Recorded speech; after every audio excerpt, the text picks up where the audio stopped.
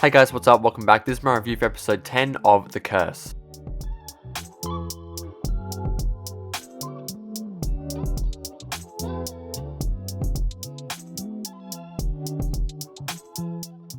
So spoilers obviously for episode 10 of The Curse. If you have not seen the episode, go watch it and come back. And yeah, so again, if you're watching my reviews of this show, I've reviewed every episode and I have constantly said this is the most uncomfortable show to watch on TV. It just is. The dialogue, everything about it is so cringe and so hard to watch and so unsettling. But I've been saying throughout this whole time that I think this is all building to something crazy. Something crazy is going to happen because it's A24. There's clearly something being set up. And wow, this was one of the fucking most unexpected episodes of television I've ever watched. Like, I knew something crazy was going to happen, but I just, like, what the fuck did I just watch? It's my, obviously, this goes without saying, it's my favorite episode of the series so far. It was, well, not so far, it's over, but this is my favorite episode of the series. It was so unexpected and it was so hilarious. Like, I know it's supposed to be like, it's supposed to be funny, but it's also supposed to be, you know, like, it's supposed to have depth to it and meaning, and it still can while being funny. But throughout this whole thing, I was just laughing. Like, what the fuck? I think, you know, listen, before we dig into the meaning and stuff of it, I just want to get into how talented Emma Stone and Nathan Fielder are. Their physical comedy, especially in this episode, was so fucking funny. I was like cracking up through the whole fucking thing. It was just so funny and so unexpected. And I gotta tell you, I thought that when we initially saw Asher on the fucking roof, I didn't know what to think of it. I was like, is he on the ceiling? Like, what the fuck is this? And then she woke up, and I thought, like, just like them, I was like, maybe it's something to do with the pressure of the house. You know, like the air thermos temperature is like messing with the sort of, you know, density of the fucking air in the room. I don't know, the atmosphere. I had no clue, but that's just what I was trying to rationalize in my head.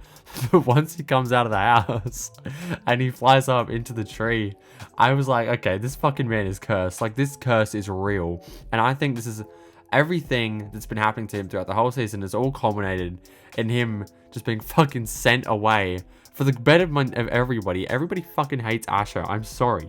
He just makes me so physically sick every time he opens his mouth. I mean, there's a part of me that feels bad for him, but most of the time, I just feel sick. I feel sick whenever he talks. And this is the universe doing everybody and his unborn child a favor by just flinging him up into the sky. It was insane. And I gotta say that I do feel awful for Whitney. I mean, I feel glad for her because she clearly wanted to get rid of him. But now she has like a Razor kid alone, and it's his kid, you know?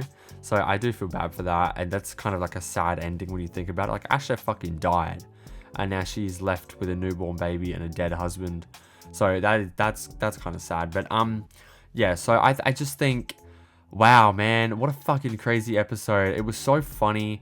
It was just so enjoyable to watch. But by the way, when he was in the tree, I have to say, is it that fucking hard to just like let go of your legs just hold on with your arms and let your legs go to show the fire department what's happening? He was just telling them, no, I can't. Like, he wasn't even being that specific. He was obviously making it seem like he was just running away from responsibility. He could have just lifted up his legs and shown them, oh yeah, I'm fucking being pulled to the sky. You know, like, what the fuck? And also, why did he let go of the tree branch when it was cut down? Surely that would have just brought him back to the ground, you know? I don't know, but yeah, man, like, what the fuck? I think this genuinely, like, if we're looking at it in a literal standpoint and not a metaphorical standpoint, I think he was cursed, and this is, you know, this is the curse's final, you know, I guess, act against Asher is just finally, if there was any magic in this show, if there was a curse, this was it, and he's finally getting penance for being a disgusting person. I'm sorry, but he just was.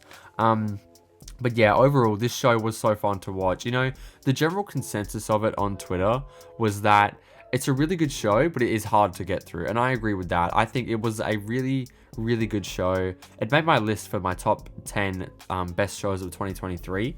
but it is hard to get through. Just because of the dialogue and how uncomfortable it was. Even the start of this episode when they're on Rachel Ray and they're just sitting there fucking smiling for like 3 minutes straight. It's so uncomfortable. But yeah, this has been a great show. I highly recommend it if you haven't seen it. But if you're watching this review, what are you doing? Go watch it.